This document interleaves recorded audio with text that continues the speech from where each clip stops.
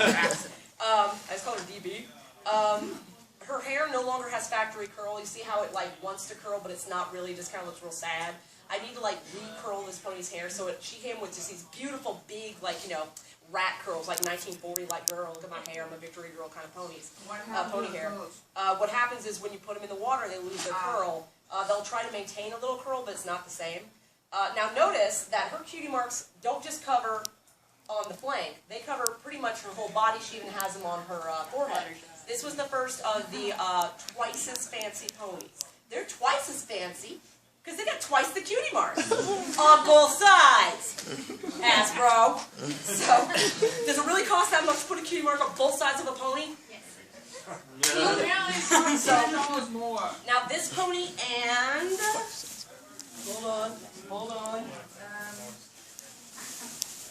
hold on.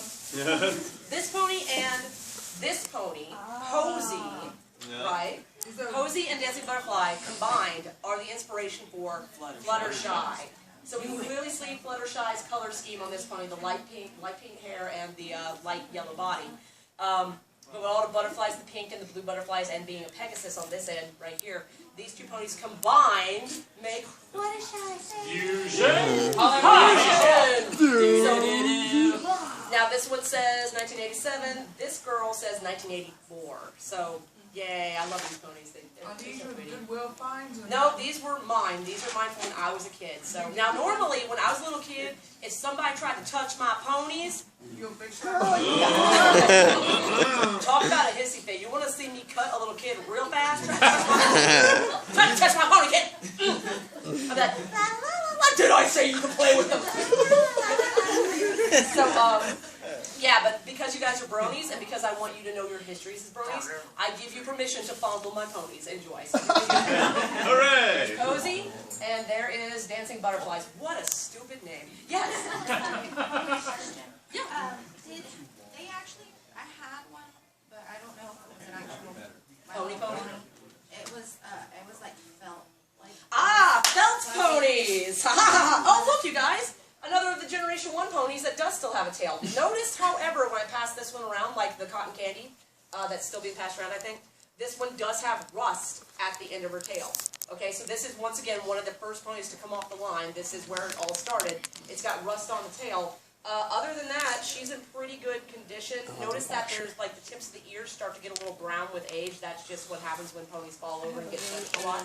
Also keep in mind that you have oil in your hands. That's just how your skin works. And, you rub it too much, you go, on your face, and that's going to absorb into the vinyl.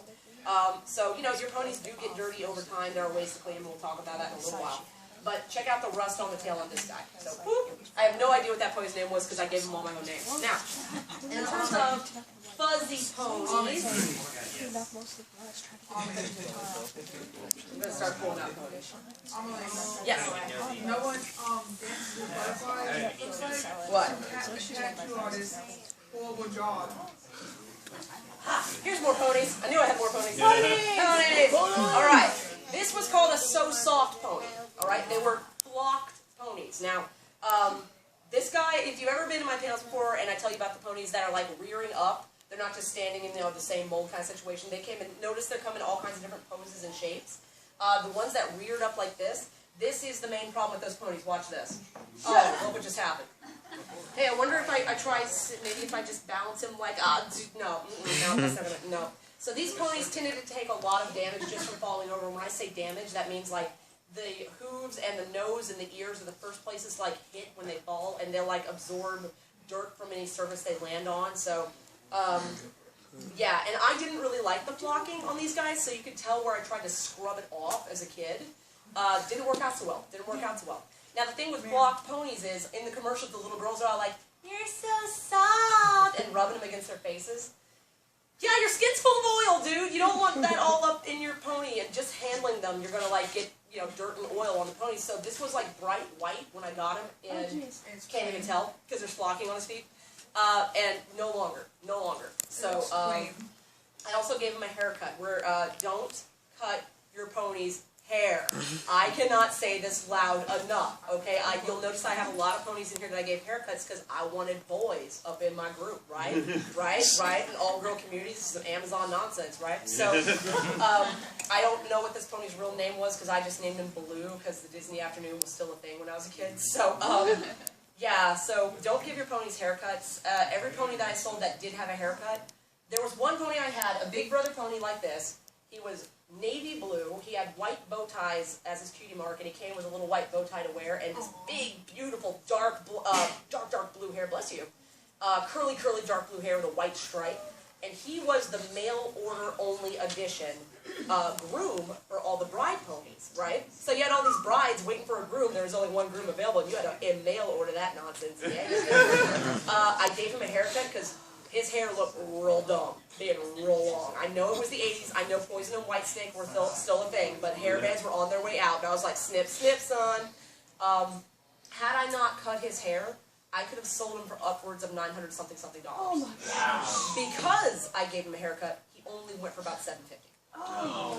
Only went for about $750. That's still a good haul. That's still a good haul, but the lady who I sold him to on eBay, she sent me an email afterwards going, I just wanted to send you a message. I normally don't ever approve of cutting hair on ponies. These are a piece of American history. We should be preserving that. But oh my God, what a good haircut! I was like, I know. So this is a So Soft pony. It's got the flocking, and I hate the flocking. I hate it so much. And yes, you can reflock these ponies. Is it worth it? I don't. So yeah, re-soft him. Like you put you use like this Gooby Gone stuff to like scrape all of the glue that's underneath the fur and everything off of the pony. It's this long process, and then you spray it down the fixative, and then you've got to put the flocking back on. Yeah, no, totes not worth that it. damage the cutie mark though? It would. At that point, you're doing a restoration where you're just going to have to redo the whole thing, like the whole thing. And you can try making your own decals, but most people just try to paint them back on using like Pantone Color Exact, blah blah blah blah, that kind of nonsense. So there we go. Now, let's talk about, Glory. This is Glory. Glory and, I've got two Glories here. I don't have her. The pony that came with the My Little Pony Castle, the pink castle, that pony and Glory were combined to make, guess. Rarity, yeah. Oh, it's hard to tell, is it? Is it? No. Applejack. So, Applejack. Yes. So. You're wrong, it's Freaky Pie. No, so this pony and the one that came, Majesty, were combined to create Rarity. So, let's pass around. Notice, once again, micro glitter on the cutie mark. This pony is, despite the fact that her tail has been in a braid for about 25 years, she is in excellent condition. Her hair is still very smooth. There's very few split ends on the end of the tail, and she has very few marks. So this pony is in, very good condition for being 31 years old. So this is an old toy. Also, her horn, with the unicorns and such, you'll notice that the horn gets a little bit brown because it falls over and kids touch it, kind of thing. The vinyl absorbs dirt. The vinyl absorbs skin stuff. So here we go. Now. Okay, let's talk about fun ponies. Ooh, fun ponies. These are fun. Sweetheart Sisters were introduced near the end of the My Little Pony run. Notice these ponies. Look at that. Does that look like any princesses that we know? Like all the princesses that we know? Long legs, thin body, a longer back, not nearly as their big old butts suddenly got much smaller. They were introduced under the concept of being the big sisters to the other ponies. I'm like, hold up. You're selling mommy, daddy, and baby sets of ponies, right? Like, look like this, and then you got like a mommy pony, and then you've got the baby pony, right, as a set. But this is supposed to be the big sister who's older than all of them. What's going on, dude? We have don't let your ponies do that. We got fillies having fillies. What's going on, Hasbro? But they were introduced under the concept of Sweetheart Sisters. They're the big sisters. Tinsel. In the hair, you guys. Tinsel. You see all these sparkly bits in this hair? It's the worst to brush. Oh my God! Tinsel is the worst! It's the worst. And I'll tell you why Tinsel is the worst. I have been very careful with this pony because I have two of the same pony. And the one that I played with, her hair is like, because I brushed it. While the plastic hair has a certain amount of elasticity, it has a certain amount of give to it. The tinsel does not.